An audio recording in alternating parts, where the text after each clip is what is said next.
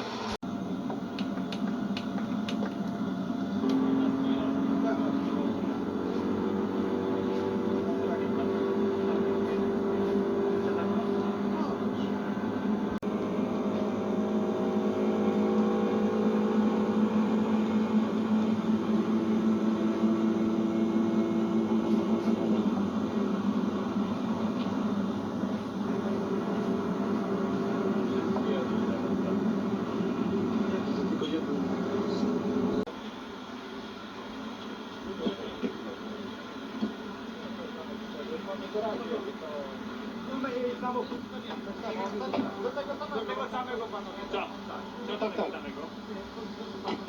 Na którą mam wrócić? Są piloci, którzy będą z mostu Gromoweckiego, zawijamy na niego, później skręcamy w gdańską trasę, jedziemy w kierunku Palmi. I tu ulica Rzepichy, tu zawracamy, tu jest taki parking z boku, tam się panowie możecie zamienić i z powrotem. sprawdzicie samochód. Grzesiu, siadaj. Już, także miłej jazdy. Dziękuję bardzo.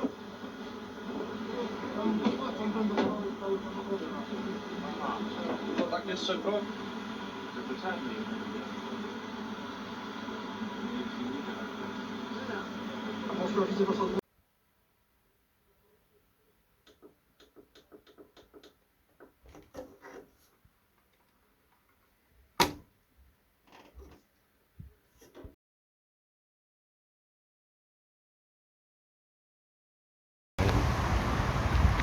Więc to też jest dość dobry temat, bo wiele osób myślało, że jak już DEU pojawiło się w Polsce, to alkohol znikł. A tak naprawdę to nie. On nadal był, tylko nie był tak bardzo powszechny jak jak kiedyś. No tak, ale jeszcze ja Ci muszę teraz powiedzieć jedną taką fajną sprawę, bo jakieś 2 lata temu byłem z Olixa, sobie pojechałem po nową kierownicę do Matiza, ale tą wersję, tą starą taką, tą pierwszą. No babka wyciąga z garażu nówkę sztukę, wiesz, no słuchaj, 2021 i ja się pytam, skąd pani ma teraz w tych latach nową kierownicę, a ona mówi, miałam w 2000 roku Matiza, przyszedł kolega i mówi do mnie, masz kierownicę, przyda ci się. Ale pytam się, a skąd on ją wtedy miał? A ona mówi do mnie, że kolega miał 2 miesiące praktyki we WSO, także już wiesz, o co chodzi. I oprócz tego alkoholu to jeszcze ten problem, który był przez cały czas w fabryce, czyli jakieś tam kradzieże. No wynosili tam co nieco. Niby były tam jakieś byli ludzie, którzy tego pilnowali, ale wiadomo, że to tam dogadać się zawsze można i kończy się to tym, że można wynosić ile się chciało. No. Krążą plotki, że ludzie to wynieśli nawet i kilka samochodów w częściach, a ile w tym jest prawdy, to tak naprawdę nie wiem, bo nie znam żadnej osoby, która wyniosła cały samochód w częściach, więc to jest tak naprawdę dość skomplikowany temat, ale tak na zdrowy rozum to bym się nie zdziwił, gdyby były takie osoby. No teren jest rozległy, więc nawet za płot wyrzucić parę części. Kamery, wiadomo, ale to... Ale kiedyś kamery? No mniej powszechne tak naprawdę, a na pewno to myślę, że jak już, to te kamery były takie, że jedynie co tam byś widział to kilka pikseli tak naprawdę. No tak. Więc te kamery wtedy były po prostu mniej skuteczne, no teraz jest inaczej, ale wtedy nie było tak źle, myślę. Wiesz, ostatnio zdobyłem taki materiał na kasetach VHS. Nawet na Facebooku tam zacząłem takie fragmenciki, może widziałeś. Dałem zdjęcia jakieś, ale fatalna jakość jest tego. Muszę to jakoś, ja mam słaby magnetowid, muszę dać do jakiegoś profesjonalnego punktu, który mi to wszystko może nawet i obrobi ładniej. Może są jakieś filtry, może coś. Na pewno może coś z tego będzie. Lanus tam stoi. O, Lanosik, no tak. To jest wersja 3-drzwiowa, z tego co widzę. Tak naprawdę to wiele nie widać niestety. To nie jest ten Lanus, który stał po drugiej stronie dyrekcji. Z tamtym co się stało, to tak naprawdę nie wiem. Podobno ktoś go widział na drogach, ale ta osoba nie miała jak mi tego udowodnić. Więc to są po prostu zwykłe przypuszczenia. Ale tak naprawdę to wszystko musiało się tak skończyć. No, jakość samochodów była moim zdaniem niestety, ale niska. FSO ściągało ludzi z agencji pracy, którzy nie mieli zbytnio dobrego wykształcenia mechanicznego. Po prostu najzwyczajniej mówiąc nie mieli umiejętności do składania samochodów i przez to na przykład czytałem, że mieli wielkie problemy z jakością samochodów marki Chevrolet i to głównie przyczyniło się do tego, że nikt już nie chciał w to zainwestować, bo nie mieli po prostu dobrej załogi. Tutaj, Michał, muszę się wtrącić, masz rację, bo powiem Ci tak, ja mam Matiza, tego tytułowego z salonu i muszę Ci powiedzieć, że no, jak się zacząłem tak dokładnie przyglądać, wiesz, jak idziesz, obejrzysz z metra, z dwóch, to widzisz wszystko ładnie, ale jak się dopatrzysz jakichś detali, to słuchaj, montaż zmontowany, wiadomo, że on ma tyle lat, ale wiem na 100%, że nie był uderzony. Nie było nic robione, oryginalne blachy, ale muszę Ci powiedzieć, że szpary są różne w tym samochodzie.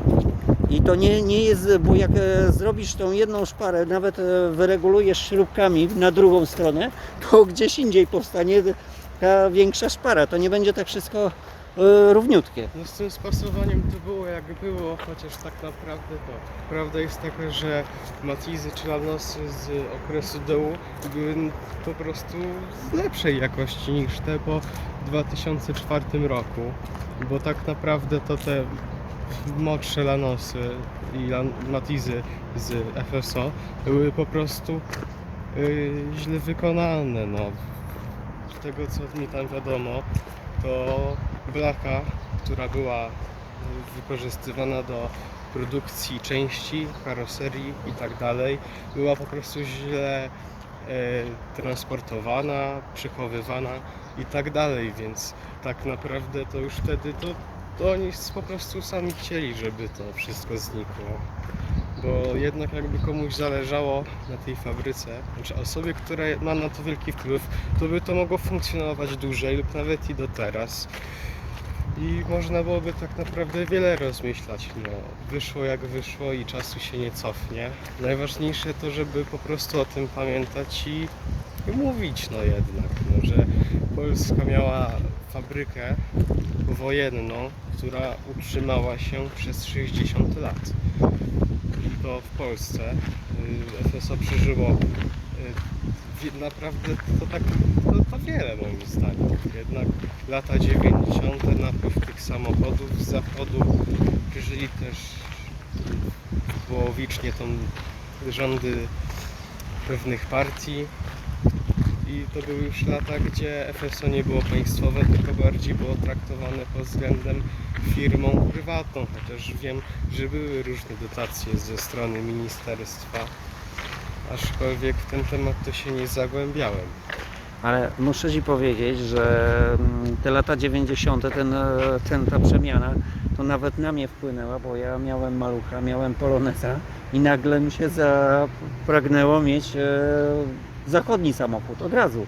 I padło właśnie na ten wspomniany samochód BMW 520 z 81 roku. Miałem go jakieś 2 lata, bo on się psuł, to był jeszcze gaźnikowy.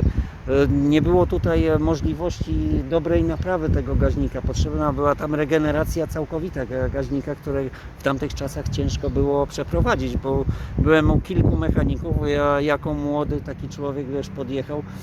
Każdy mi mówił, już naprawiony, ja jadę, a on kaszle, przerywa i wracam. No z tym już się nic nie da zrobić, pieniądze zapłacone, wiesz, i tak w kółko z dużą ilością mechaników. Oni wszyscy potrafili robić, wiesz, polonezy, maluchy i fachowców już na taki sprzęt jak BMW już było jeszcze mało wtedy, wiesz. To były lata, gdzie głównie sprowadzono dużo szrotu na polskie drogi, chociaż znalazły też się dobre egzemplarze, to wiadomo, no, wtedy było tych samochodów wiele. Nie można powiedzieć, że dosłownie każdy był samochodem, który już się nadawał tylko na autokasację.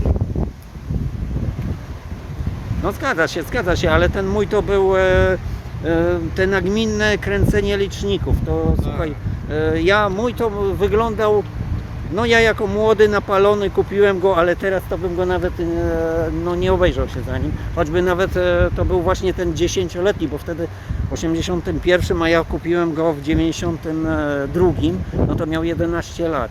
To powiem Ci, że teraz za takim stanem to bym się w ogóle nie obejrzał. No ale wtedy to... Standardy były inne. Ja niestety ich nie pamiętam, ale wiem jakie były. Może nie tak jak ludzie, którzy wtedy żyli, ale jednak co nieco wiem. I stwierdzam, że tak naprawdę to nasze samochody nie były aż takie złe, jak tak się na to wszystko patrzy. No bo jednak wiadomo. Mieliśmy bardzo nowoczesną lakiernię, nową tłocznię, chociaż ciężko to powiedzieć, bo tłocznię wybudowano w 1977, a lakiernię w 1997 lub 2006 ją po prostu zmodernizowano. Aczkolwiek to nie były złe maszyny, tylko największą pretensję ma się do ludzi, którzy tym zarządzali i tak naprawdę też do niektórych pracowników, którzy po prostu robili to byle jak. No rozumiem, no to jest wszystko w ludzkich rękach było i nie było takich nawet kilkudziesięciu osób na górze, gdzie mogliby to tym tak porządnie, jak mówisz, zarządzić, żeby to trwało do dziś.